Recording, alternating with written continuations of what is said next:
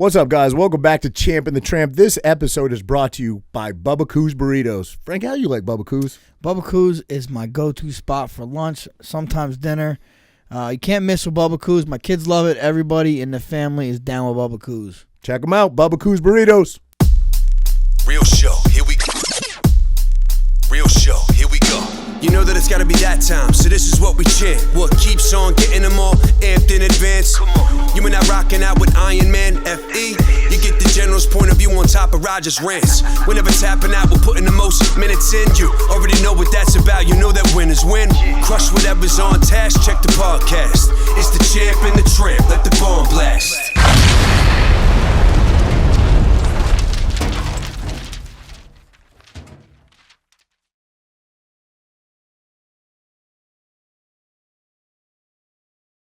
I am a little pissed off.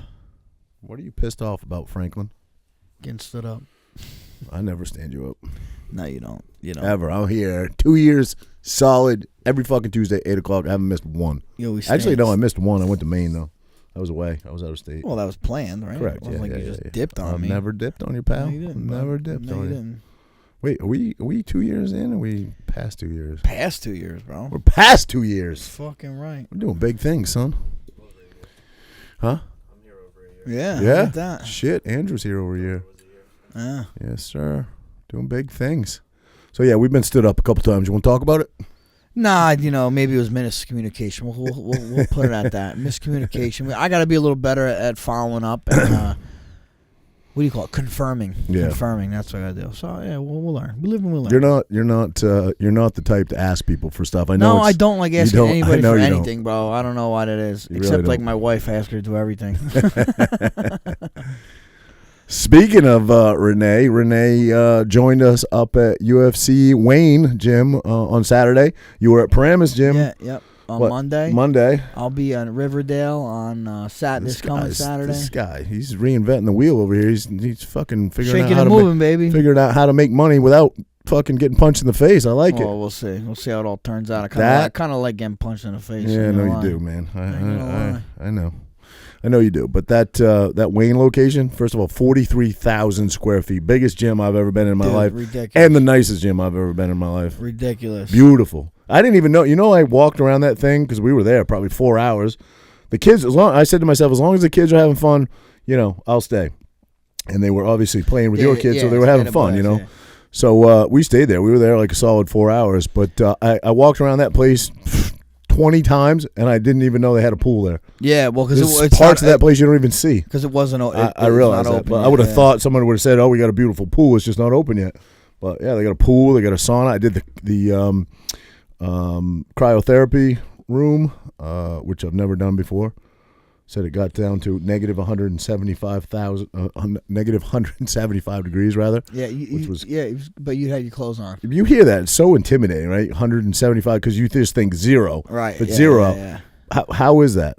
It can't really be 175 degrees to the negative in there. I would have died. No. Well, no, because it's not like it's like the molecules are that cold or something like that. It was cold. Don't get me wrong, and refreshing. How long did you do? I don't know. You were running the controls outside. How long did I do? 2 minutes? 5 minutes? I don't know. 3 minutes? I don't know. 3 minutes maybe? Usually the gas ones, Yeah. like that was electric one, so it was different. Your whole body went in. The gas ones, you have your head out. Right. Those are typically the longest 3 minutes, but I think you can go 5 minutes in the electric one. I think you get your whole head in. Supposedly that's good to cool your brain and everything. Yeah, I think I did 3. I'm pretty sure. But Yeah, probably started with that. Yeah, well, I grew up in Maine, so it wasn't that bad, but it was definitely cold. The first thing I remember getting in there, like almost immediately, the inside of my nose froze. Yeah. Like the moisture in the inside of my nose just crystallized. Like the second I got in there. They say you should do it before you work out. Believe it or not. Wonder why that is. Because then your body starts to warm up and starts to heat up. But if you did it after a workout, if you're sweaty, your sweat freezes, right? Freezes, Yeah, I guess that would be the difference between that. Because it's air rather than water. Because you can get in an ice bath all sweaty and it doesn't do anything. No, the air. Well, yeah, right. Well, because it's water anyway. Right, exactly. So, but I tell you, I don't know. I think an ice bath is more vicious than that. Right? There's no question. It's not even in the same ballpark. Yeah, it was cold. But I think most people could handle it, and I think they even said you can go in from what they say age 5, 8, something like that up, so even kids can do it. Really? I think there was a little girl standing outside with her mom watching me. Remember, I said, "You're gonna do it next," and the guy that was like, giving you the tutorials on it, whatever, said, "Oh yeah, she could." How old is she? And it was a young age. Wow. I forget what he said. Maybe 8. Tino does ice baths. Yeah. He was actually a champ with it. Yeah. Did pretty well with it. I'll sit in the sauna a little bit. Has he done it since that one we videoed? Yeah. He has? Yeah, has he? Yeah, he did. Huh. A little longer too. I need to buy a trough for my backyard. Bro, let's go to Tractor Supply. I gotta go. It's good, man. Yeah. I like it. I do. I got PRP today in my shoulder. How'd that feel? Fucking bad. Really? It did. I've had it in my knee, and I remember it hurting, but I just didn't remember it hurt that bad. Like, honestly, so I got it at the Garden State Medical Center. Okay. They hooked it up. The real good little spot right in Whiting, Manchester area, yeah. right off 70. And I got the the PRP is platelet-rich plasma. Yeah, they draw your blood. They take right? your blood and they spin it and it becomes like this yellow serum and it's supposedly super anti-inflammatory. So he injected it right into my shoulder socket. You know what I mean? Mm-hmm. And he goes in. It's all through X-ray, fluoroscopy. That's the word. Right? Puts the needle in. You could see it. That it's where he wants the medicine. So then he gets the syringe with all like the plasma in it. He's like, all right, here we go. He's like, this is gonna hurt. You ready? He's like, this is gonna sting really bad, really bad. I'm like, dude, all right, I'm fucking on the table with my shirt off. Yeah, like, go ahead, let's go. And he starts giving it to me, and dude, it hurt pretty good. I was like, whoa. And he's like about halfway, 3/4. He's like, all right. Are you showing it, or are you just sucking I'm it? just like, because you're also like, being recorded, right? Yeah, so you don't want to show. I don't give it. a fuck. I mean, whatever. I'm getting a needle stuck in my shit. So I'm like, making little famous grimace, a little something like that. And he's like, okay, I can stop now. I'm just like, bro, give it to me. Just do it. What are we doing? Don't stop. Just fucking go. All right, guys, let me take a minute here. I got my man Kamaru Usman coming on. I'm gonna have a little chat with my dude. What's up, everybody? We got my man Kamaru Usman. He doesn't need an introduction. Welterweight champ. To me, he's my pound for pound in the UFC right now. Constantly getting better. Definitely by far the most active champion. Sky's the limit for this dude. Thank you for coming on and joining us, my man. Well, man, appreciate it, man. Appreciate it, Frank. You're a legend. And Tom, reality star legend. Tom. This is Roger. That was Roger. Tom was like 2 boyfriends before me. Yeah. Oh, that was two. Oh, you're Roger. You're Roger. You're the wait. That's all good, man. Happens all the time. Let me see. She used to call me Tom once in a while too. So don't even worry about it. It's all good, brother. I've been called worse. But anyway, pleasure, bro. Pleasure. I'm a fan. Way to start this. Timmy, I'm a fan. Thank you, guys. Yeah, appreciate it. Appreciate you guys having me on. No, of course, bro. You're the fucking man. And how? So let's. I know Dana posted your hand surgery. How's that going for you? It's going okay. Right now, it just looks like I have a shark bite. Jeez. Look, fucking vagina on your shit, bro. Yeah. Yeah, it's doing good. I mean, it of course, when I found out, because I kept telling the doctors, hey, this is not getting better. I need something's wrong. And they said, let's just do therapy. Just keep doing therapy. And I did therapy for almost a month and a half. And yeah, got that. I didn't have pain in it really, but as far as function and me doing the things that I'm good at with my hands, I couldn't do that. So I kept telling them, hey, man, something's wrong here. So I flew out to Cali, met with a different doctor, and he took a look at it and he said, let's do these 2 different MRIs. We did the 2 MRIs. He's like, yep, you got a hole in your hand. I'm like, wait, what? Damn. Yeah, it was just a hole in it. And I probably did 2 fights. With the hole in your hand. How did that happen? Did they say how it happened? Well, yeah, I know how it happened. I was punching somebody's hard head. And, I think I did some damage the camp before the Burns fight. And then, which was the good thing for me, is I turned around quickly with the Masvidal fight. So I didn't have time to really think about it. So I went right into that fight and I did a lot of damage. going into that fight because the whole preparation I was trying to knock someone's head off. And you kind of did that. It kind of worked out. And then before this last fight is when I really felt it. I think I heard it 3 separate occasions. And then the last time I heard it was about 3 weeks before the fight. Yeah. And so I didn't throw my right hand until fight night. Wow. Yeah. A lot of people don't know you fight banged up pretty frequently, man. You know, a lot of people don't realize it about fighters, but you especially. I know you're pretty banged up quite a bit. Yeah, I mean, we all go in, like, you know how it is. We all go into stuff banged up, and it's almost kind of, I've learned to kind of internalize that now. It's like, if something's not at least wrong, then you kind of doubt a little bit. Like, yeah, I know exactly what you mean. Hard enough, you know? So yeah, we all go into it banged up, and it's part of the process. And that's what's crazy about guys like us is the fact that we have such a goal, and we're so fixated on that goal to where, I mean, certain little things that the average person would cry about, take off workers' comp, you know, for a while about, that's just like a normal Tuesday of sparring for us. Yeah. And then we're like, all right, just go ice bath and do this recovery. All right, next day training, we got a fight in a month and a half. And you guys are definitely built different. It takes time to get there, though. Let's be honest. Because when I first started sports, I was playing football. I used to jam my fingers all the time with the ball. Oh my God. Oh yeah, dude, my hands are all jacked up. I felt like such a whiner because I was like, man, this is not for me, man. Jamming my fingers, you know, dropping the balls, getting hit, just little minor stuff in high school. I was like, man, I don't think this is gonna be for me. And then we end up getting. And now look at you. I got a question about that, actually, because you guys were in Columbia together, right, at Bio Accelerator? Yeah. Frankie tells a story. I want to hear it from you because you were in the car too, about, I guess you guys visited a soccer team over there, or I guess they call it football over there. No.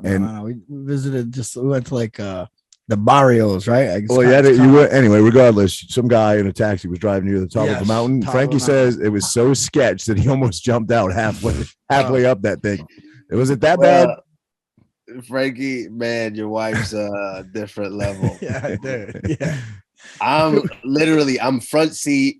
Frankie's in the back with her. And who else? We have someone else with us, right? Some camera dude.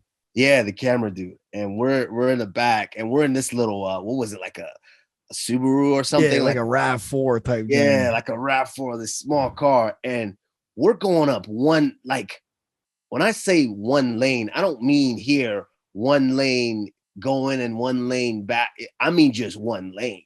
That's the way it is over those places. Like, yeah, it's literally that you go up and down the same way. And we're going up this mountain, and when I say up the mountain, I mean we're going up the mountain. Yeah, we're going up the mountain. I mean, and these dudes, they know how to drive.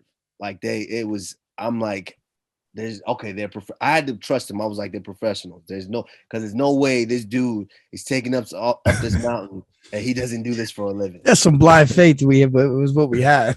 I know. See, you were silent in the back. I didn't want to be the bitch. I was like, let someone else say something.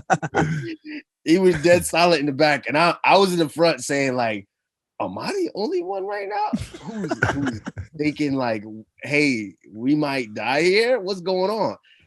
We're rolling, and it's rain. It started raining. pouring out. It started raining. We're going up this thing like we're literally sliding. We could hear the tires sliding. And yo, it's not like there's guardrails. We slide off a fucking mountain. You slide right off. And she's those like, headlines? well, and your wife said, let's keep going. I'm like, yo, we could do this a different day. Yeah, exactly. I was in the front seat, and but at the end of the day, though, as afraid as I was, by the time we actually got up there, I was amazed by so many different things. I mean, there were buses going up there. Yeah. Roger, buses. It's crazy. Like actual buses. Like the wheels hanging off the side, to make it up. Yeah. And they still make it up there, and they just get up there, and somehow they do a 3-point turn, they make it back down. But that's like everyday life over there, so I'm sure they get used to it. You know, they must. Yeah, they got no choice. We're wussies over here in the U.S. You know, That's true. with our interstates and whatnot. You know, We got seatbelts. Yeah. But it was fun though. It was fun. I'm glad we got it done. I'm actually thinking about going back, to be honest with you. Yeah. I would like to go back too, man. So what's the schedule? Let's fucking sync that one up again. Yeah, for sure. so what's left for you, bro? You've cleaned out everybody in the division. What's left? I feel like there's nothing left for you. I mean, there's always something left. Who? There's so many talks about different things, different possibilities for you. Colby wants a trilogy fight. Bro, tell him to get his ass in line, bro. Chimaev, there's talks about Chimaev. Yeah. What's he, number 11 guy, right? You know better than anyone. There's never a shortage of someone. Yeah, it's always gonna be They're someone always going to find someone. They're always going to build a bear. They're always going to throw someone in there. There's always going to be someone that picks up some type of hype that they're going to put in there. Sure. And that person is going to say, yeah, I'm going to do it. I'm the guy. I'm this guy. I'm going to do this. I'm going to do that. And the goal is just to not ever get caught up in it. Right. Because once you get caught up in it, then you start to buy into that reality. You start to buy into that hype. Right. And a couple of times I've kind of been caught up in it. The Colby one kind of scared me a little bit. And the reason it's the first one, and the reason it scared me was because one, he was just competition wise, he's competitive just like I'm competitive. Two, he's a wrestler just like I'm a wrestler. And three, he's put a little bit more time into mixed martial arts than I have. And our styles are a little similar, and that kind of scared me a little bit. And then on the flip side I was dealing with so much outside. For the first time, I was dealing with camp issues. I was dealing with family issues. I just got scammed by some chick for some money. So I'm dealing with those. I was dealing with so much on the outside to where I bought into the hype. And then, of course, you hear that bullshit. Oh, you're not the champ until you defend it. It's like, what? Right. But this belt that I have in my house says I'm the champ. Yeah. And so you buy into all of that. And so it scared me a little bit to where I got into the fight. And then halfway through the fight, I learned. And that's the thing about when you go into battles like that. And Frankie, you know, when you get out of those battles, you learn something about yourself. And I got out of that fight. I midway through, I'm like, man, this is kind of fun.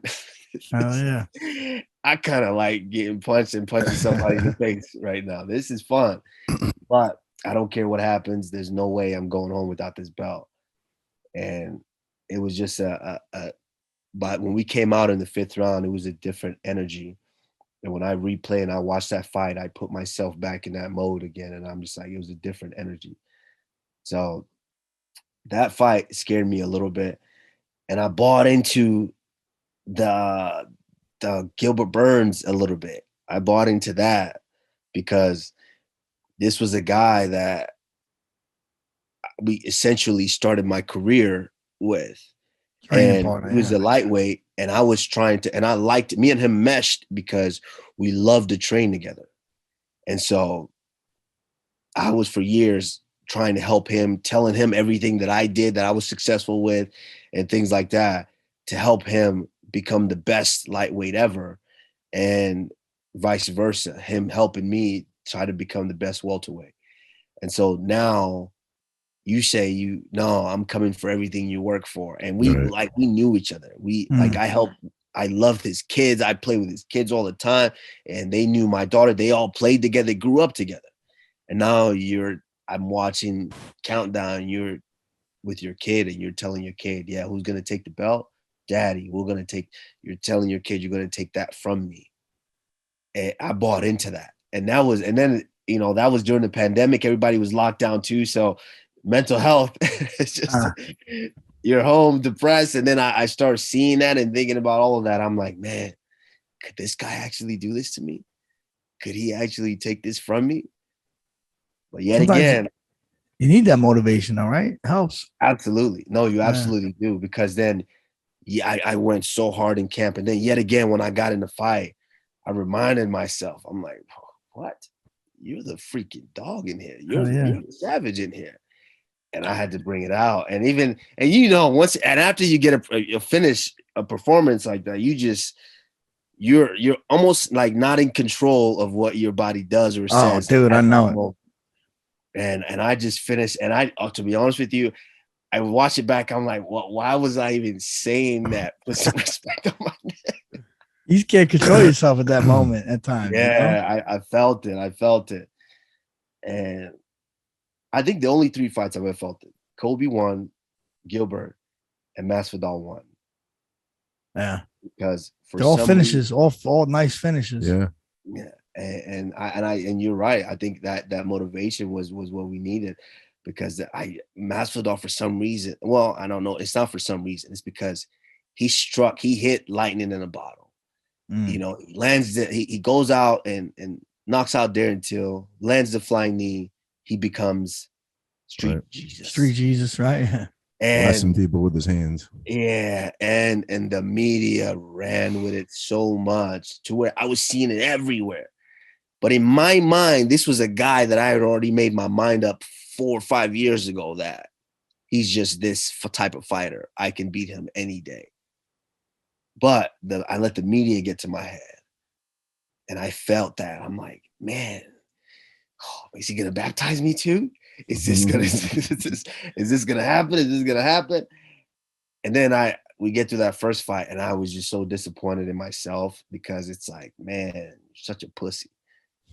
How could you go out here and perform safe like that when you know what you're capable of and you know what kind of fighter this guy has been for years? So I had no problems voicing my opinion as far as I wanted that one back. I wanted it back. I wanted to run it back. And so the second fight, I had to come with the vengeance, and we saw what happened. Yeah, hell yeah. I think self-doubt is kind of what gets us to do what we do, in a way, as much as fighters think they're tough, there's something in them saying like, damn, am I really that tough? And you go out there and you prove it. Fuck, that's why you can't control yourself. Yeah, absolutely. But I think that's a dying trait, because self-doubt nowadays, people just won't try. You're right. And as a father, I see that, and it's tough, because I don't want to be an overbearing father. I want to be an authoritative father, to where I show my child and my children that I'm very loving, but at the same time, I'm very stern with some of the things that we need to do right from wrong. And when I see her not want to try because it might be difficult, it bothers me so bad. Oh, yeah. But I can't express it, because especially when you have a daughter, I can't express it because I can't hurt her feelings. Right. And I can't make her feel less about herself. Yeah. So I just try to talk myself around it and talk through it with her. But deep down inside, I know what kind of dad I grew up with. Same. How I grew up. So it's a tough thing to deal with now. And I'll tell you guys a big battle that we're battling right now is my daughter's 7. I mean, she's athletic as anything. And she's doing stuff. She does gymnastics and she does jiu-jitsu. But lately, I've been trying to get her to ride a bike. But she doesn't want to do it. And I went to the store one day and I just bought 3 bikes. And I'm like, we're gonna ride bikes as a family. We're gonna start riding bikes together. So she goes, but I don't like it. I'm like, yeah, you got to keep doing it. You got to keep practicing, then you'll get it. But no, I fall off. Okay, you fell off once or twice. That's okay. You just get back up and get back on it.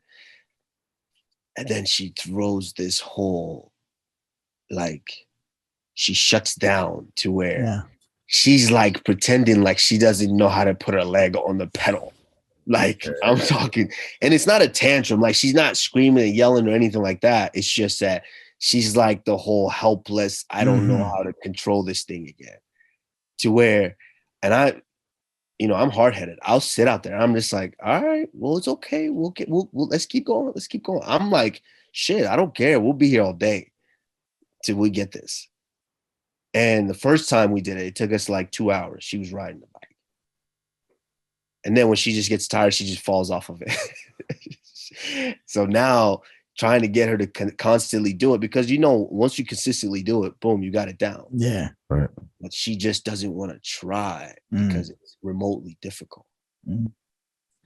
Yeah, I feel that way with my two boys, man. My older one, he likes the path of least resistance. If something's hard, he's like, I ain't really down with it. Yeah. But like, you got to do hard stuff in life, Builds your character. It's tough. It's tough. And that's what I mean by, and I see it. And that's a good point, Frankie. I see it because even with fighting, with training for fights, the one thing that's always guided me is, and it started way back in wrestling. I used to get tired in wrestling matches. And I would wonder, why was I getting tired? Because I trained just like some of the other guys on my team. Why was I getting tired in these matches? And then after I kept losing because of that. I just realized it's because the whole time I was fixated on getting tired, on being tired. And so I was like, well, how can I prevent this? Or how can I make this feeling not so foreign to me? So it was like every day at practice, I was going to try to get as tired as I can, as fast as I can, because anything after that is extra. Anything after that, I'm just extending my gas tank. I'm extending my lungs. I'm extending my stamina. So I just push hard. So in practice, even now, I try to make sure I have gone through hell at practice. So by the time I get into that cage, what can you do to me? Right. It's working, bro. I don't see you getting tired of fights at all, bro. And the pace you guys push, you and Colby specifically, you guys pushed a great pace and you don't get tired, man. So that's a testament to the work you put in, for sure. Yeah. I mean, even in that front, and hats off to him, as much as we don't agree, I like to give credit where credit is due and respect where it's due. I mean, he's a really good fighter. I can't doubt that. He's definitely a really good fighter. Did you see his latest comments about Dustin's child? Speaking, you were just talking about your daughter. Dustin's child? Yeah, bro. He crossed the line, this motherfucker, man. He just crossed the line, bro. He always, the thing is, and that's goes to attest to where the society that we're in now is, he knows what he's doing. Right. He knows exactly what he's doing. But don't you think, even if you're playing that heel, which, listen, I agree, it builds, even if you're hated, people will want to watch you fight. But don't you think there are just certain lines that you don't cross? I mean, there are just certain ones that you don't cross. And that, to me, I mean, I don't know how Dustin doesn't try to take his head off the next time he sees him in the street, wherever. Yes and no. Yes, because we were raised with sense.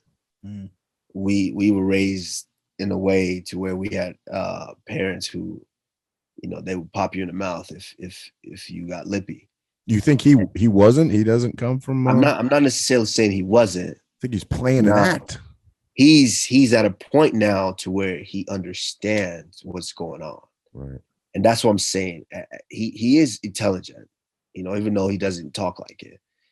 He is intelligent, and you have to be intelligent enough to understand what, like, if we were rappers, that's a different thing. If we were rappers from the hood, it's a different situation, because this wouldn't last. He understands the sport that we're in, and he understands that we're in the business of making money right now. True. I totally agree with that. And that's the game he's playing. But like, yes, some people don't play that. Line. Some people have those principles. Yeah, he crossed it with me. He said a lot of different things. Talked about my family. You handled it well, bro. Honestly, You handled it better than I probably would have. Yeah, he did everything possible, but I understood what he was trying to do. He did you didn't want to feed into that.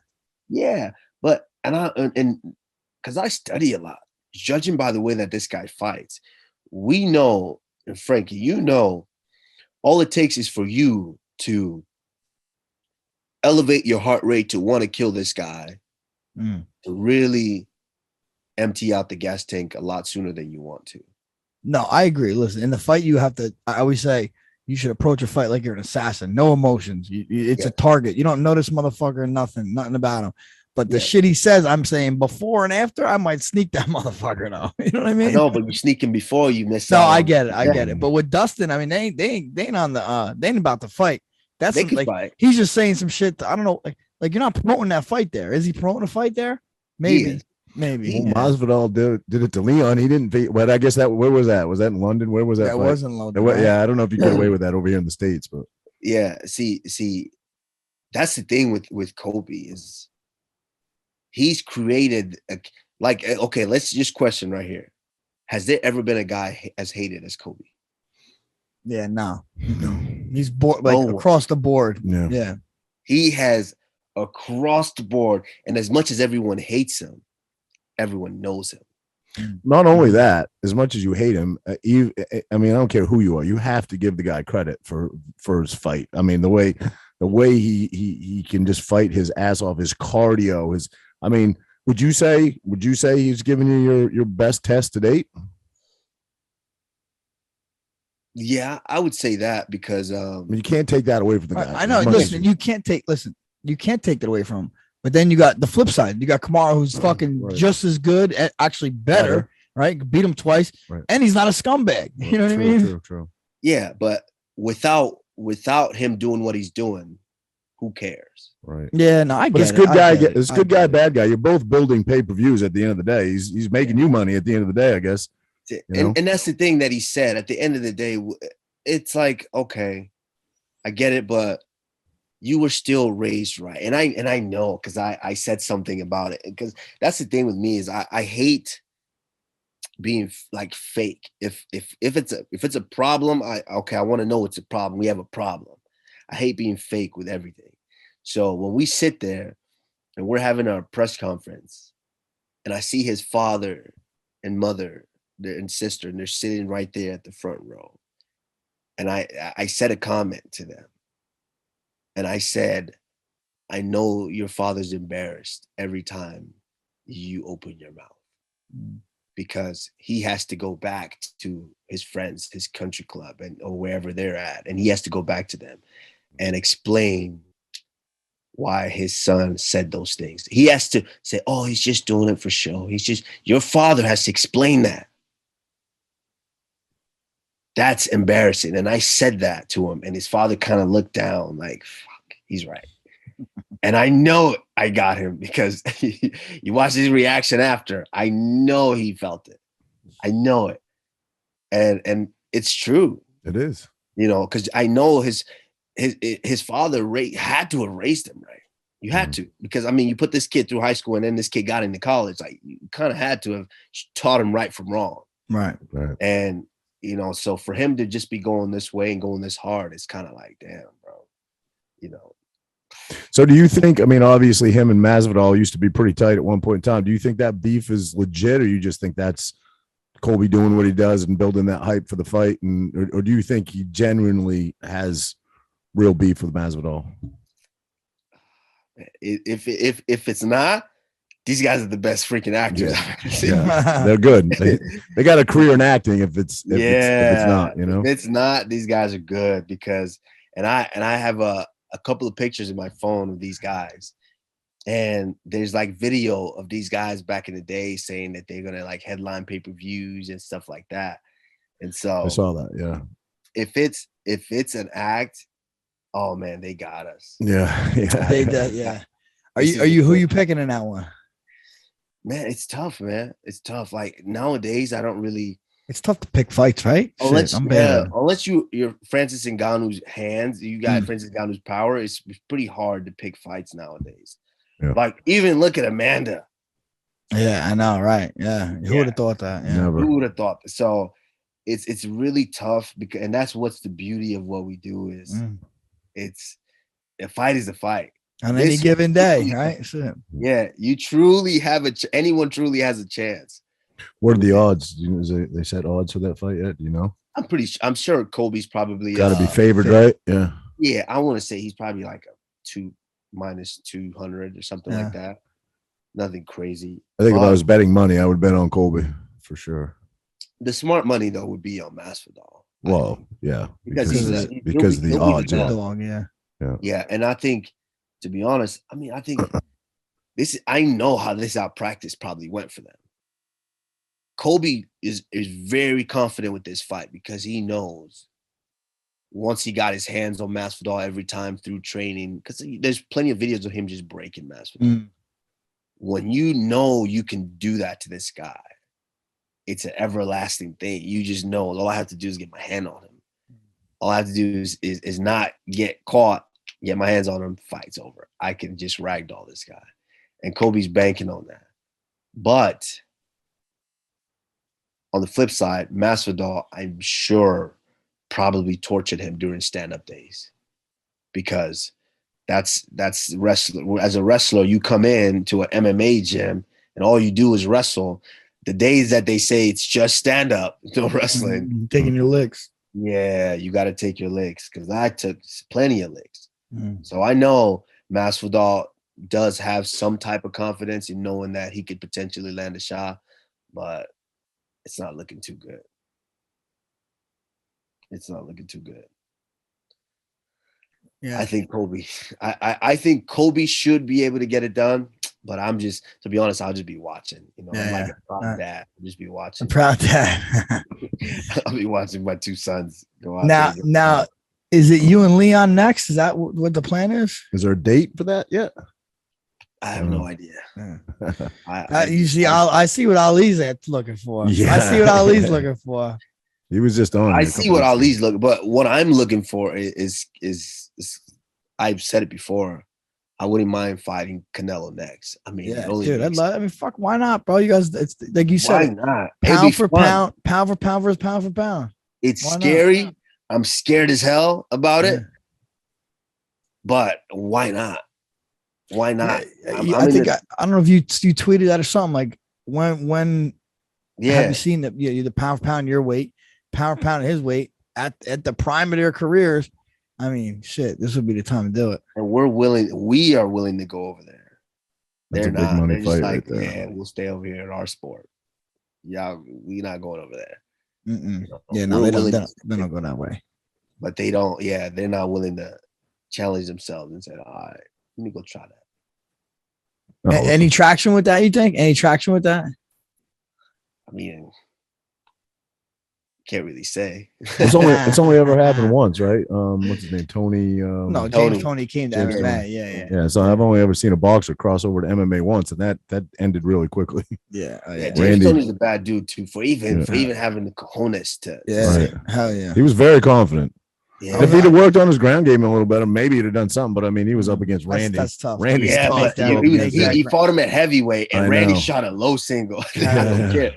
I don't care what your ground game you work on. It takes years to be able to defend low singles.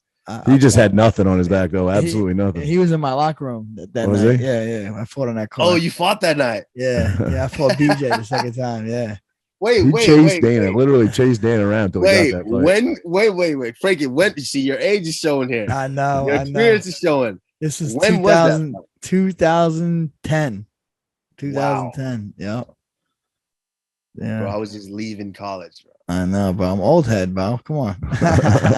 Man, that's crazy. Was your first fight in the UFC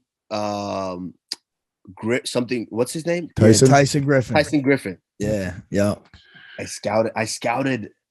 What was it? I think he fought years later. He fought Jay-Z. Yes. And I scouted him. So I was watching back his fights. I was like, oh shit, he fought Frankie. It was a banger. It was a competitive At that fight. time, there was only a lightweight division, and Frankie was, he was kind of struggling to make lightweight, and Tyson was a fucking monster, bro. The two of them standing next to each other, they didn't even look like they were in the same weight division. It was crazy. I know. I was like, how's this little guy like? And Tyson was I on a gotta be tear at honest that with time, you. right? Wasn't I Tyson bet on- against you a lot, Frank. I'm sorry, bro. I'm sorry. I bet against you. A lot of those early fights, I bet against you a lot. I'm like, It's bro, all he's good. too small. He's too small. And I think, you hurt me every time, bro. When you really, I think, got put on the map is when he went up against Sean Shark, because Sean was just such a knockout artist, and Frankie really showcased his hands in that. And I think you really got a lot of respect after that fight. Yeah, of course. And then you blew up after the Green Mania. Yeah, that trilogy, was a good yeah. one. They were It was good. They were good. But it still took me time, yo, Frank. I knew it. I'm just being honest. It still took me time. The last time you took my money was when you fought Chad Mendez. I was like, bro, I'm done. I don't care who you're fighting. You win, Frank. You win. I'm never. I don't care who it is. I don't care if you're coming off of 10 losses. I'm still betting for you, Frank. There you go. Care. There you go. Took a little bit. We got there, It took me some time, but I'm a believer, bro. I'm a believer for sure. So yeah, you training with Gaethje. How? I mean, I've had Gaethje out here. I can't remember when. A long fucking time ago, probably 2014. Training with him. Good dude to train with, man. I'm sure you guys had some good battles. Yeah, Gaethje's a madman, bro. He's a madman. But it's funny because when people watch him fight, they just think, oh man, this guy's just a brawler. He just goes in and just brawls. But he's so controlled and he knows. It's like there's a method to the chaos. Method to his madness. Yeah, he knows what's going on. He knows how to set you up. And the biggest and the best fight that I actually just showcased that was when he was scheduled to fight Tony Ferguson, and everyone was saying, oh man, it's just gonna be a brawl, both guys. And I'm like, no, it's not gonna be close at all. They don't realize, yes, it looks like a brawl, but he's so good at putting you where he wants you to be that it's shocking. And then you watch that fight, you saw what he did. He retired Tony Ferguson. Yeah. And Tony Ferguson is not the same ever. No. And Justin is he's so good. He's a great guy, great dude, just a fun. Yeah, solid guy for sure. It really is. Yeah, he's so good, and I'm so excited to see him get this shot. I mean, I like Charles Oliveira, and I like everything he's done, but it's just like, of course, I want my teammate to go out there, of course, and get it done. And that's booked already, right? Is that booked? Yeah, this book for, I believe, May. Okay. But the only problem is they're still looking for the location. The venue, yeah. Yeah. But it's booked, and I'm excited. I can't wait to watch it. I can't wait to see it. Shit, if time permits, I might actually be there for that. Yeah, hell yeah. And you're stable mates of Rose too, and you guys all share Trevor Whitman. He's a phenomenal coach too, man. You got yourself a good little crew. Yeah, man. It reminds me a lot of what you guys have. And yes, close knit, small group. It's funny because when I was gonna leave, because I work with Mark a bit too, and I've been out there to Tom's River, Oh yeah. And I was just, when I got to a place in my career, I was like, man, I need something more.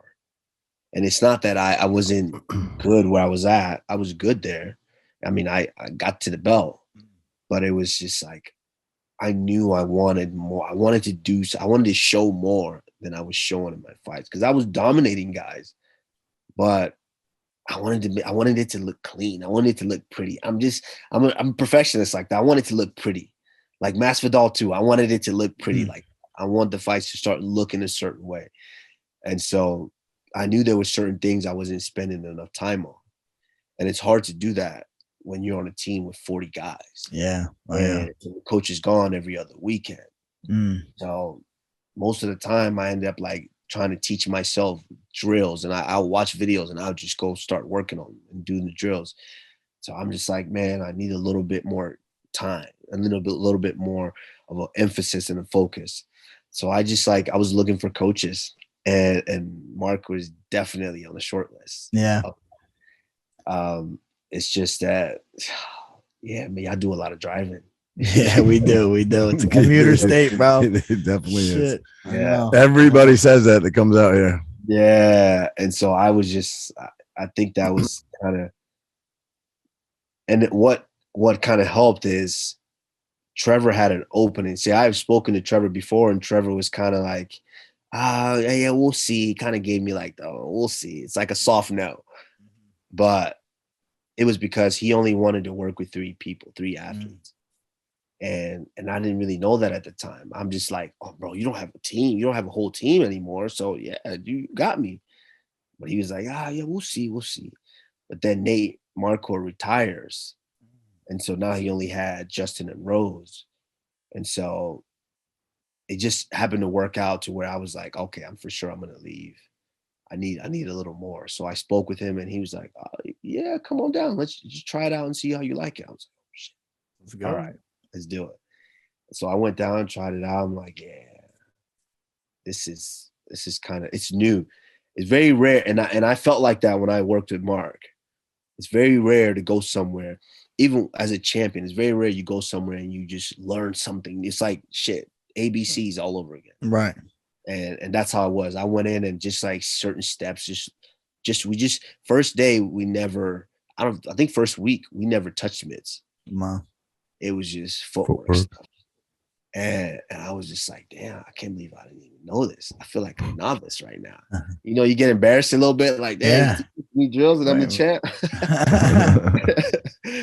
But I felt like a novice. And so I just knew, man, I needed to come here. I needed to grow. And, you know, the rest has been history. Yeah, it's working out for you. Trevor definitely, you can tell he's a guy that pays attention to detail and the little things, and little things make big things. You know that. Yeah. Oh yeah, definitely. Just like Mark too. Shout out to Mark. Yeah, no, I've been lucky that he's a fucking Jersey guy, pizza slinging Jersey guy. You know what I'm saying?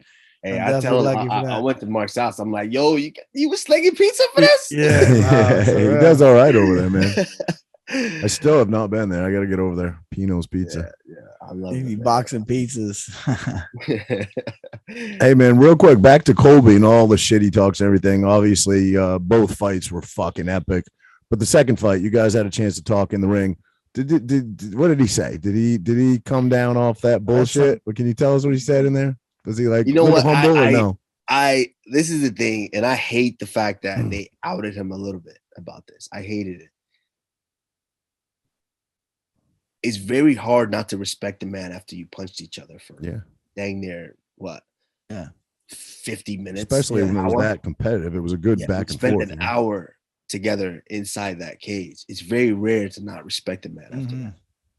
And so we get done and we share a moment. I don't really want to say what he said.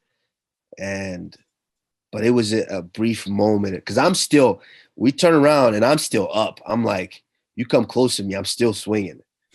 And I saw the human in him. I saw him, the human in him. Lower his shield. Yeah. It was there. And I just shared admiration for what he's done, where he's at, and what he continues to do. And we shared a couple of words and you know, I left it at that. I hated the fact that the UFC had to dig it up, the video, and zoom in with the mic and out him for that. I didn't like that. I let him keep the stick. You're gonna play it up. You're gonna play it up. Play it up. Yeah. At one point, he's gonna be sitting at home at 50 and talking to his kids or his grandkids or anything, and he's gonna have to explain what that was and where he was and how that was and what he was doing. And so I didn't really like the fact that they outed him there in that moment. That's respectful. That's UFC production, bro. They're trying to fucking, you know, they're trying to. It's like soap opera right there. I clip those wings, like, yeah, let's kill this character right here. Let's kill it right here. They can't. He's keeping it going. But I'm intrigued for this fight, though. I can't wait to watch it. Same. Yeah, hell yeah. Pumped. I think a lot of people are. It's been a long time coming, that's for sure. Highly anticipated. Oh yeah, it's to be honest. I mean, first quarter, it's the biggest fight so far. Biggest fight besides the Francis and Ngannou fight. This is the biggest one so far for sure. So I will be there. Would you be there in Vegas? May possibly. We should make it a little weekend, maybe. You know. I'm down. Yeah. I'm in there. Roger, you coming? Yeah, man. I'd love to. If I don't have the kids, if I can sneak away, I'll fly out. Fuck yeah. Okay. Little weekend Vegas boys getaway. If Roger can't come, I'll bring Tom. Wait. Okay. Tom was there before you. Well, you got the kids, right? Yeah, we have 2 kids together. Yeah. Okay. Yeah. So are you guys still together or? No, we've been separated listen, we co-parent, we get along. Amicable. It's for the children, which is all that matters. We get along, and yeah, it's good. So we were just actually talking today about Milani. My daughter's name is Milani. Her report card. She's 7 too, same age as your daughter. So yeah. So sometimes relationships don't work out, but you're forever connected through children, and that's all that matters. Try to keep it friendly there, and at the end of the day, I think we do that. So I know all too well. Yeah. Roger's scared of his ex. Not as bad as you are. I mean, everyone. Would you be scared of Renee if you guys split? I think you would. I'd fucking be terrified. Terrified. Yeah, I know Renee. Yeah. Yeah. Hey man, we won't keep you forever, but a couple more questions for you. What is your general take on Chimaev? He's talking a little smack. He said that he doesn't think you're pound for pound the best in the world, doesn't put you on the same scope as GSP, because GSP was a 2 division champ. What's your take on that? I disagree with it completely. That you got nothing but respect for me, but what do you make of this guy? He obviously got in a little bit of trouble already for talking shit with I mean, it is what it is, to be honest with you, because that's his job. Yeah. He did it with Khabib though, and he kind of got in trouble for it. Yeah. He's dealing with things that we don't really even know about. Right. He's dealing with some things that we don't even know about. I'm sure. But isn't everybody? That's true. But some things are larger. I mean, to be honest with you, no. And this is a quote that I live by. As if God told everybody to throw your problems in a pile, I guarantee you're going to take your shit back and run. That's a fucking excellent line. I never heard that. That's good. Yeah. And yeah, he's dealing with some things, but when it comes to him doing what he's supposed to be doing, he's doing a phenomenal job with it. Yeah. Like, you get 4 free paychecks like that. Right. You got to make him look easy. And he did. He made him look easy. And so when you make them look that easy and everyone's so high on you, that's just the society we live in. You jump in and you run with it. Yeah. You run with it. You do whatever you can, because the more he talks, the more press he gets and the more notoriety he gets, which potentially equals the bigger the paycheck you might get. So, and he's deserving of it. I mean, he hasn't had a fight that's made it out of the first round yet, has he? Exactly. I mean, I think he's got to work his way up. Right. He got to work his way up. But he's the thing is, he's done the best he's supposed to do with the opposition that he's been presented. Sure. And he's supposed to say those things because he wants to be sitting where I'm sitting. So he's supposed to say those things so people will put him in that conversation. If he was just saying, "Oh, well, I just want to fight the next guy," or "I want to fight the next guy," then they're gonna just slowly bump him up. No one's gonna take him serious as a title threat. Mm-hmm. So I mean, you should never, you yourself should never take that shit personally. That's heavy lies the crown. You know what I mean? You're the fucking man. You got the target on your back. That's what happens when you win the belt. Everyone's gunning for you. Sure. That's what's great about being a champion. You don't have to worry about the next guy. They're gonna find you. They got to worry about you. Correct. You know what I mean? Yeah. Like, there's also a lot of weight on your shoulders. You know, it is, but it's. I'd rather this than in 2017, and there's a video. Will Harris, shout out to Will Harris, Anatomy of a Fighter. He posted. He did like a roundup video, and he posted it. He filmed it all the way back in 2017. I was ready to hang it up. I was like, man, these guys won't fight me. I think I was like number 10, and I couldn't get anybody to fight me. No one. I wanted Wonder Boy, and nice guy, but Wonder Boy's like, no, he hasn't fought anyone in the top 10 yet. I'm not gonna fight him. Okay, I want Kobe. He's like, no, you're not ready for primetime junior. I'm not fighting you. And I wanted anyone, Masvidal, Damian Maia, anybody. And they all said no. And so Joe Silver's kind of like, hey, if these guys don't want to fight, I can't make them fight. So I'm like, man, I didn't get into this for this. I was sitting for like, I think 6 months. I was healthy. This was while I was healthy.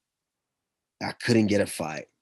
And I was just like, man, I think it's time for me to just hang it up, man. These guys won't fight me. I thought getting in the UFC was going to be easy, which meant I was guaranteed fights, and it wasn't going that way. And then I was calling everyone out. I'm tweeting them in the nicest way possible, you know, like, hey, bro, I heard you say something about my mama, you know. I don't even know my mama, but hey, let's rumble. And it just wasn't working, to where now I'm in a position to where I don't have to do that anymore. It's true. They're going to do it for me. They're going to call me out. Yep. They're going to present somebody. All I have to do is go out and take care of business.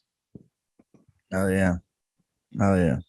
But to answer your question, yeah, I mean, he's doing his job. He's doing what he's supposed to do. If he makes it up here, that's going to be one big fight. Mm-hmm. We all know, I mean, everybody's a bully until they get hit in the mouth. Mm-hmm. Mike Tyson, right?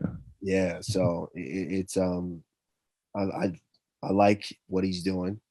I want him to continue to do what he's doing, because at the end of the day, pay-per-view. Yep. That's it. So that daughter needs a fourth bicycle. She might need an electric one. Yeah. I bought my son one, actually, an electric one. He's only 5, but I thought, you know, it's a boy style one. He won't ride it. My daughter rides the wheels off it. She's 7. She loves it. He's still on training wheels.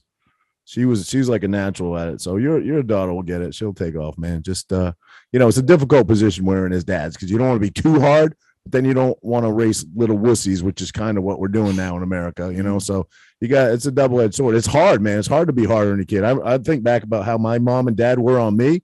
Seemed really easy for them to be hard on me, but it's hard for me to do it to my kids. But you have to push them, because one day they're going to be out there in the world, and it's a tough world, man. You know, they're not always going to be able to come home to mom and dad's house and be coddled. They're going to be out there in the real world one day, and it's full of a lot of disappointment. So you got to be tough on them. You know, you have to be. Absolutely. I agree. Me and Eddie actually had a conversation about this, because at the end of the day, it was easy for our parents because we dealt with a different set of circumstances. And so it was easy for your parents to yell at you, get outside. And if you were bored, there was nothing to do inside. So get outside and play, go do something. To where now it's super hard, because these kids are dealing with a different set of circumstances. Right. There's too many options, these kids. So many options. But think about it. Kids now, that like, the internet is their reality. It is. They can get bullied on the internet, something that's not even real. Right. And kids potentially think of ending their own lives. It's fucking crazy. What is Dave Chappelle on? He really nailed it with what he said about you know, the trolls on the internet or whatever. Twitter ain't real. He's like, Twitter ain't real. You know why I don't give a fuck? Because it ain't fucking real. It's not real. But kids don't know. Kids don't know that. It's tough for but to kids. these kids, it's their bullying. reality. The bullying, they get bullied at school. Back in the day, it stopped. You come home and stop. Now it follows them all around, because it's social media. Them all around. 24/7. So that reality is real for them. Yeah. You know, that's what it's crazy. Like this Instagram and on these Facebook and all these things, that to where we're like, kind of like, I can just be like, all right, I'm done off of that thing. They can't. That's their reality. And me and Eddie had a conversation about this. It started with us. It was partially our issue. It's our fault. And the reason it's our fault is because what do we do as parents? What do all parents do? You work hard. And what do you say? What is the key phrase we all say? I want to work hard to provide a better life for my kids. That's right. So you work as hard as you can. And you have all the street savvy and the wisdom to work and earn as much as you can. And you make it easier on your kids. but then you expect them to be able to have the same wisdom that you had. True. Not knowing that wisdom came from the hard work and the hardships that you disappointment. had. Yeah. Yes. And when you make it easy for them, they don't understand that. They don't know that. But we try to hold them to the same standard. And it's kind of unfair. Yeah. But at the end of the day, it's tough. It's super tough. And I know it. I feel it. Yeah. Not easy. And don't seem to be getting easier either. It's not at all. Well, Kamaru, where can everybody follow you? What's your handles on Twitter and social media? Well, everyone can follow me on Twitter, Instagram, Snapchat, whenever I use that. At same Usman, which is USMAN 84kg, and it's 84kg because I was wrestling when I got a Twitter account, and then I just didn't want to change it. And the more people told me to change it, the more I didn't want to change it. So it's Usman 84kg on Instagram, Twitter. What is the other one? Snapchat. All the other ones that you can name. It's the same one.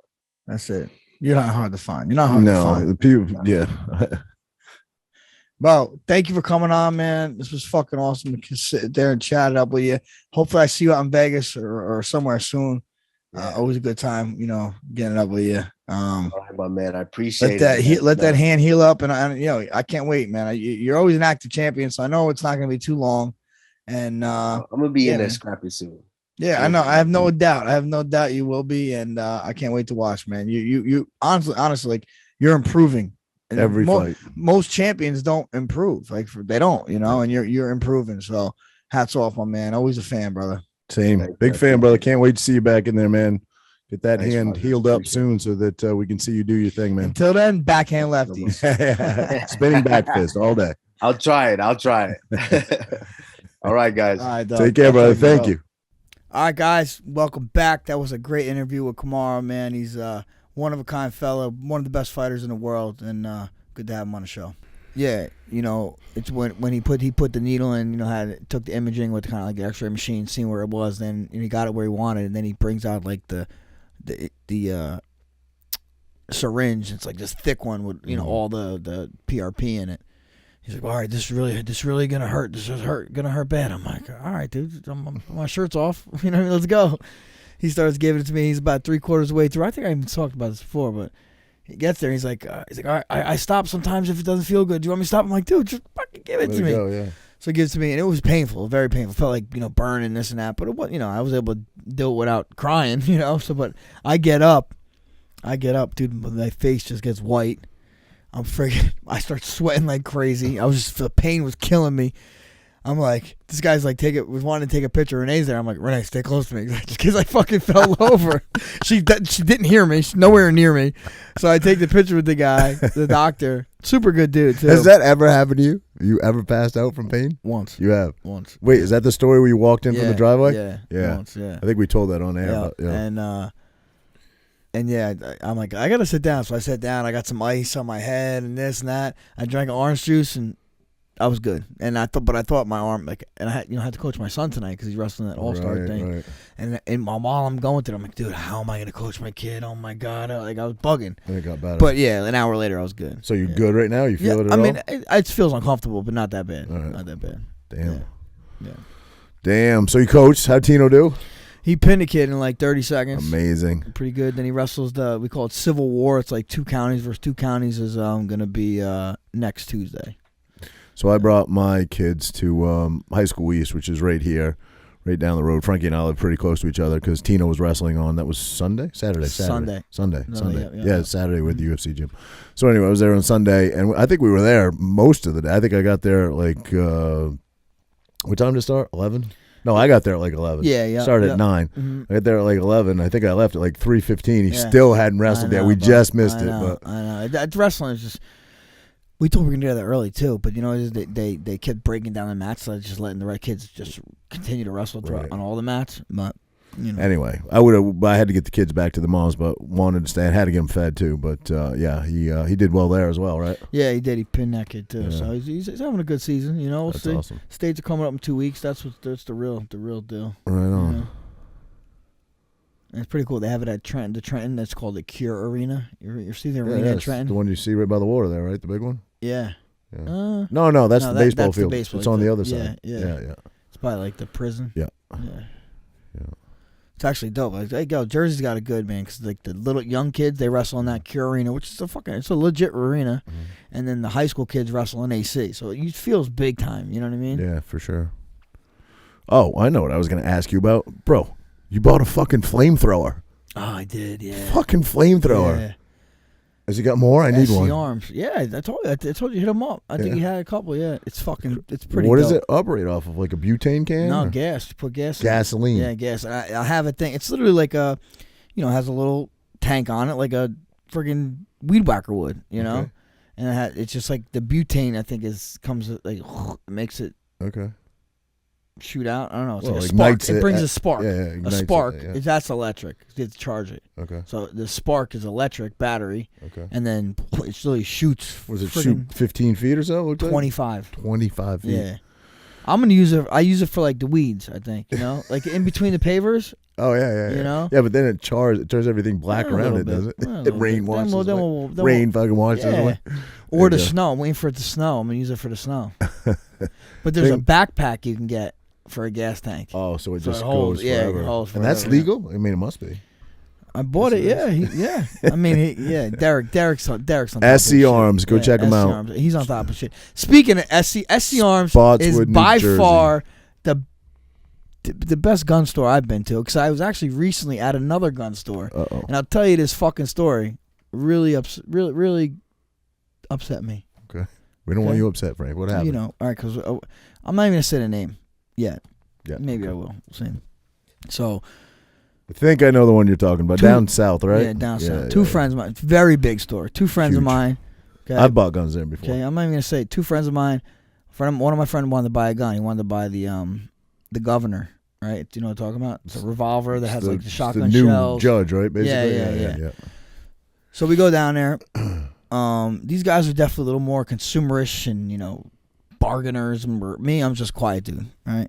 So I go down. They said, "Hey, where's the judge?" She's like, "Oh, it's over there." They were like, "Oh, you can't bring it here." They were being a little finicky, whatever. But they didn't say anything. So we went over to where the judge was. The lady comes out. The girl comes out. She was a young girl. And these guys are talking, and she says there was a silver one and a black one. She's like, "Oh, the silver one's on sale. The black one isn't. The silver one was $700. The black one was like $900." And he pulls out the advertisement of their store, like a magazine thing or whatever, saying that the black one is on sale. So he's like, "Oh, it says the black one." She's like, "No." He's like, "Well," it's like, so this kid who was, one of my buddies was like, "Oh, that's false advertisement. That's illegal." Da, da, da. He wasn't really pushing it. He was kind of being a little annoying, but he was like, "I know it's not your fault. No, it's not your fault. I'm just saying, I'm in business. I'm in marketing, and this is against the law." So she left. She came back. She's like, "Oh, look, it says, typos. We're not responsible for typos." But I don't know how that's really a typo. It's the black one, Right, but maybe they're saying. I guess they're calling it a typo because maybe the ad space got it wrong. Maybe they did it wrong. Yes, that's what they're saying. So whatever. Right, okay. So no big deal. I mean, I didn't think it was a big deal. Right. He still bought the fucking silver gun. Mm-hmm. Right. So he gets the gun. Now we were gonna go shoot. All right. So I brought my rifle and stuff, and because this place also had a shooting range. Mm-hmm.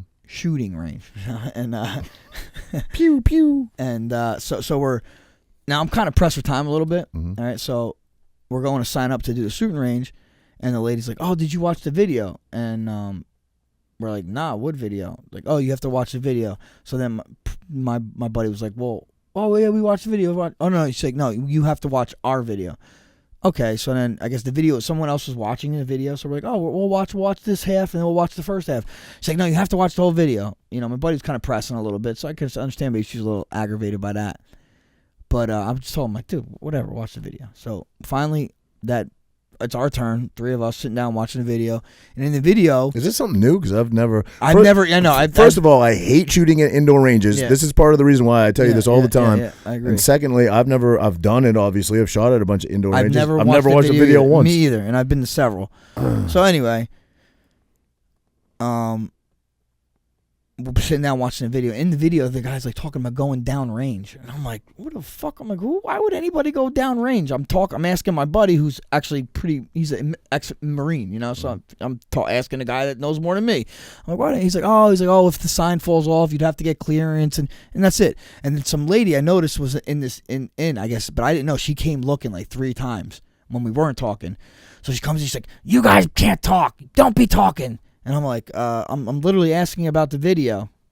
She's like, "Do it after." Like very, very, like very nasty, very nasty. And I'm like, I was fucking pissed, but whatever. I set my mouth shut. And then she comes in again. She's like, I don't have to let you guys shoot. So then right then I get up. I go, we're leaving. I'm fucking done. I didn't feel comfortable. I don't want to be around guns, but someone like this, I don't know who the fuck she is. Right. So I'm like, so we get our stuff, and she's like, "You guys are running your mouth." And I'm like, "Lady, I didn't say a fucking word. I didn't say one word to anybody." Right. You know what I mean? And maybe they're talking about this guy complaining about the advertisement sale, or maybe complaining about the video, but it wasn't literally, no one bugged this lady that much. Right. And she's like, "We don't argue here." I'm like, "That's good. I don't feel comfortable." And we left. It was no big deal. But I'm like, damn, bro, that's pretty fucking crazy. You know? I know exactly what you're talking about. Won't say, but yeah, that's definitely family owned. I heard the father and son did a lot of work there themselves to build it. I've been down there to buy guns. They're generally a little higher price than other places, but they have shit. Yeah, they have inventory. It's a huge place. You know what I mean, it's huge. And I'm not gonna out them, but yeah, it was pretty fucked up, man. Yeah, especially if it. Yeah, I guess. I mean, I don't know. Was he out of line, or was he? No, he really wasn't. And honestly, because he even when he was, he's like, "Oh, I'm not blaming you. I know it's not your fault. I know it's not your fault." Right. Like, I don't know if the girl just got flustered, because you could tell she said she mentioned she just turned 21. Yeah. And so maybe it was our first time on dealing with people. Right. But it really wasn't like, no one was over the top, bro. For real, it was kind of crazy to get that. Yeah. When you're in sales like that, and you're like, he just bought a fucking $800 gun. Right. You know what I'm saying? Yeah, that's crazy. Yeah. I don't blame you. You're like me. I went to this place yesterday. Again, won't say any names, but it's a health place. It's a health facility. They do all kinds of things there. Chiropractic. They do what's the cryo chamber? They do all that stuff. Acupuncture, everything, massages, TRT, all that stuff they do there. Handies? So maybe they might get a hand job there. No, it's way too professional. But I walk in, like I do all places, and it says on the fucking door, "Please wear a mask." And I don't. And I walk in, and as soon as I walk in, the guy's like, "Oh, you don't have a mask? Here's a mask for you." And I'm like, I looked at him, and I'll never be a douche or fuck with anybody or take it beyond the limit. But I just said, "Oh, I thought you guys were about health and wellness here." And I took the mask and put it on, you know what I mean? But it's crazy. So yeah. Not their fault. They're employees. Yeah. I don't know. Pretty soon. March 7th. Well, that's only the schools. Well, yeah, but it's a step in the right direction at least. Yeah. You know? Well, I hear the teachers union's trying to push back. That's what I heard too. But yet they're going to be at the fucking restaurants and the clubs, fucking drinking, no mask and partying. Have you seen? But you want my kids to wear fucking masks. Have you seen like a lot of the parents calling out school board members or whatever by going on their social media and be like, "Is this you? Is this you at a karaoke?" Fucking, like it's crazy. Double standards. Rules for you, but not for thee, or whatever that is. Rules for thee, but not for me. Yeah, that's it. That's the one, pal. All right. Well, it was cool. We had Usman on. Yeah, man. Solid. I love that dude. Kamaru's a fucking man. Obviously we share the same management. We hung out a bunch. We've hung out a bunch all over the country, and even about Colombia. Mm-hmm. He's a solid dude, man. Really He's is. A very, very, very good guy. Very good guy. One of the best guys out there, for sure. Yeah, for sure. I would agree with that. And pound for pound, I think there's nobody on his level. To me, he's pound for pound right now. Yeah, for sure. Agree. Very humble guy, too. Absolutely. Even with all the shit Kobe talked and... No, he handled it. Dude, he handled it. Like I said, he handled it better than I thought I would. For sure. But that's the way. He's right. And I always try to say that, like, I don't want ever let an opponent get in my head. It's like Mark would always say, it's an avatar in a video game. It don't fucking, he's a style. Right. He's not a person, you know? Right. That's true. And I tell my kid that too. We're assassins. We don't show emotion, you know? Yep. Unless I'm yelling at my wife, I scream like a motherfucker now. All right, brother. Well, this was a good one. I'm glad Usman got in. We had little technical difficulties at the beginning, but we got it done. Great guest. Yep. Great guy. Family man, too. I love it. So. All right, man. All right, brother. Take care. Take it.